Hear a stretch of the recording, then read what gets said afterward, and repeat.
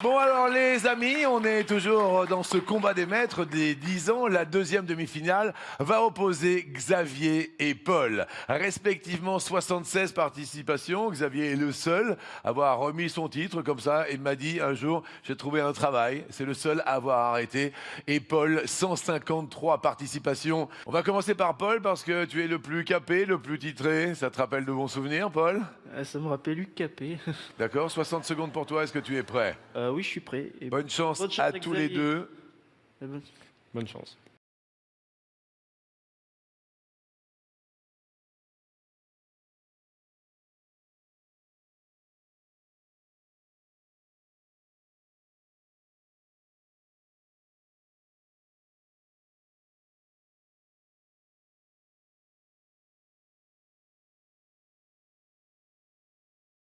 Un de vous deux rencontrera Eric en finale de ce combat des maîtres des 10 ans. Paul, top! En quelle année eut lieu le massacre de la Saint-Barthélemy? 1572. 1572, oui. Xavier. Top! Quelle chanson de Bonnet M est le nom d'un charlatan russe? Rasputin. Rasputin, bonne réponse. Paul. Top! Dans quel pays d'Afrique la ville de Dar es Salaam est-elle située? Tanzanie. Bonne réponse.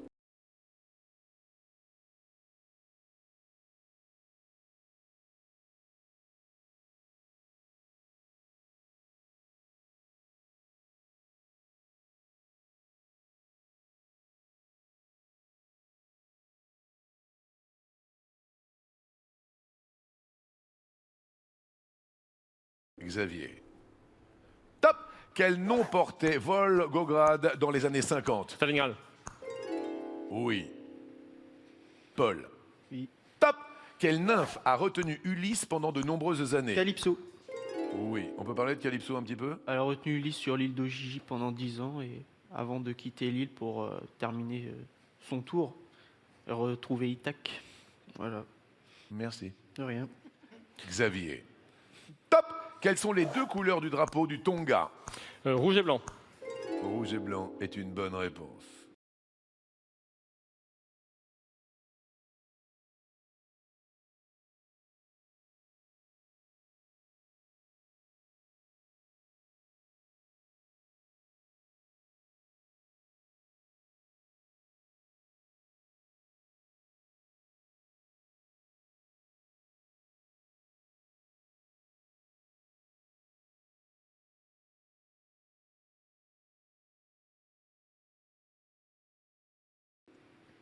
Je regarde Claudio et Anne, c'est à vous après de jouer. J'ai aucune hein, réponse là.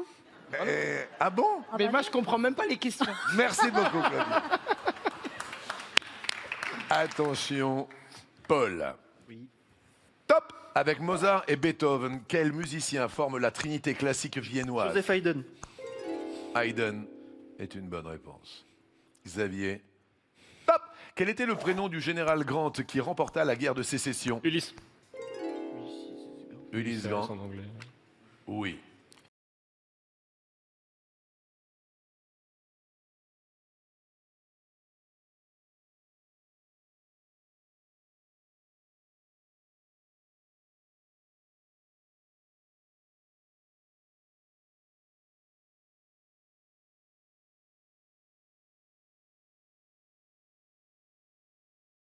Paul. Top! Dans quelle ville palestinienne de Cisjordanie visite-t-on le tombeau des patriarches? Jérusalem.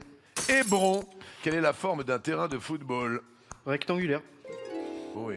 Hébron? C'est là où il y a les tombeaux d'Abraham et de plusieurs patriarches bibliques. Oui. Xavier? Hébron? Ouais, c'est une des plus grandes villes de Cisjordanie. Attention, Xavier.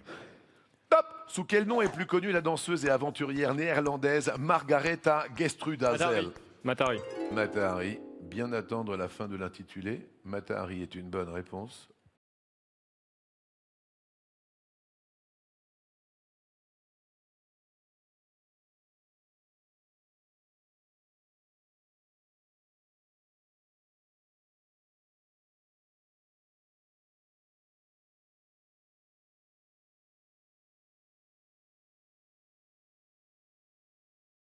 Paul.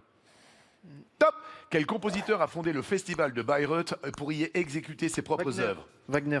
Oui. Xavier. Top. Qui a écrit Le Vicomte de Bragelonne? Alexandre Dumas.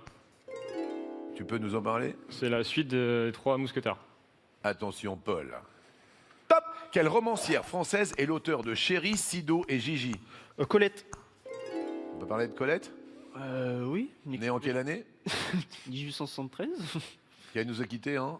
1954.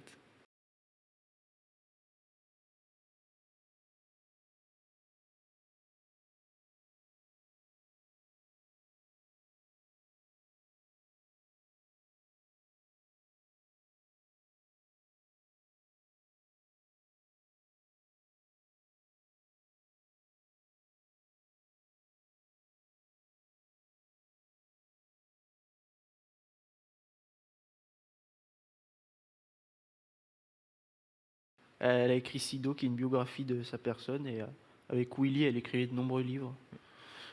Voilà, Anne Romanoff est totalement persuadée par ce que tu dis. je suppose. Je suis époustouflée, moi. Xavier. Mais ils étaient premiers de la classe, les deux, là, non? Paul, non, pas du tout. Ça Ah bon, dépendait des jours, des mois et des années. J'étais au milieu. Ouais, il était au milieu. Xavier? Ça allait. Ça allait. Xavier. Top. Sous quel célèbre surnom connaît-on mieux le premier président de la République turque, Mustafa Kemal? Atatürk.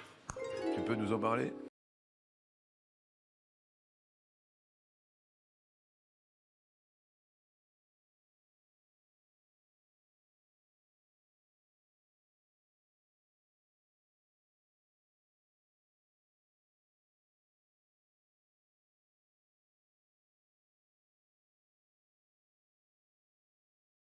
C'est lui qui a initié la réforme de la Turquie dans les années 20, qui a introduit l'alphabet latin pour écrire le turc et qui a modernisé un peu à marche forcée la Turquie après la chute de l'Empire ottoman.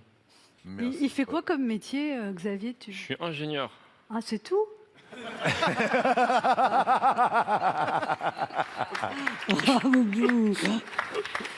Attention, Paul.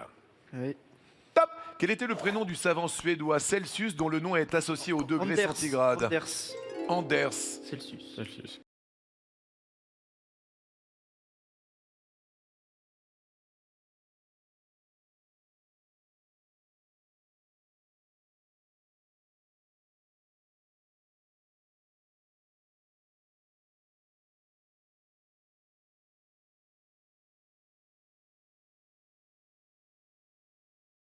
Ouais, on peut en parler?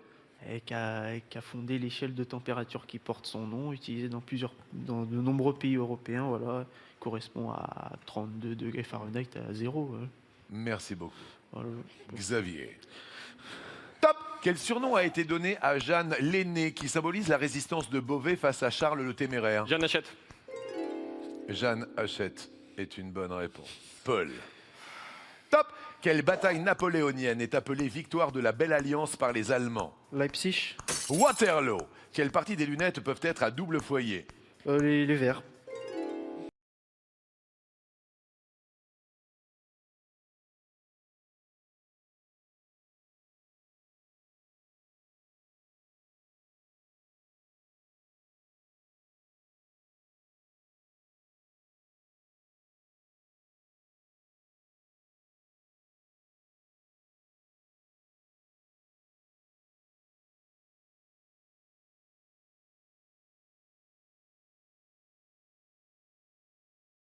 Ah, c'était pas Leipzig. Ouais, je me suis trompé. Est-ce que tu avais Waterloo, Xavier? J'aurais dit Leipzig aussi. Xavier. Top. Quel guerrier kurde devint vizir d'Égypte en 1169? Pacha. Saladin. Quel félin danse et chante dans la comédie musicale Cats? Un chat. J'ai pas écouté l'année.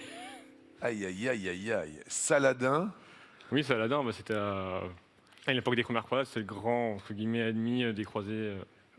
Des croisés.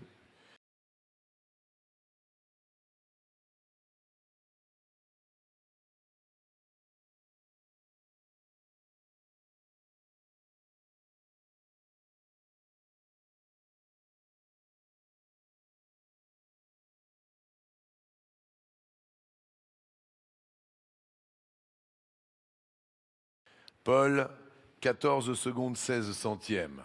Xavier, 16 secondes 1 centième. Paul, c'est à toi. Oui, Prêt? oui. Top! En 2000, quel tableau de Vermeer a donné son nom à un titre de best-seller de Tracy Chevalier? Je passe. La jeune fille à la perle. Quel nom a-t-on donné aux guerres de religion en Allemagne au XVIIe siècle? Je passe. La guerre de 30 ans. Qu'est-ce qu'un haddock quand ce n'est pas un capitaine? C'est pas possible. Mesdames et messieurs, Xavier est le second qualifié.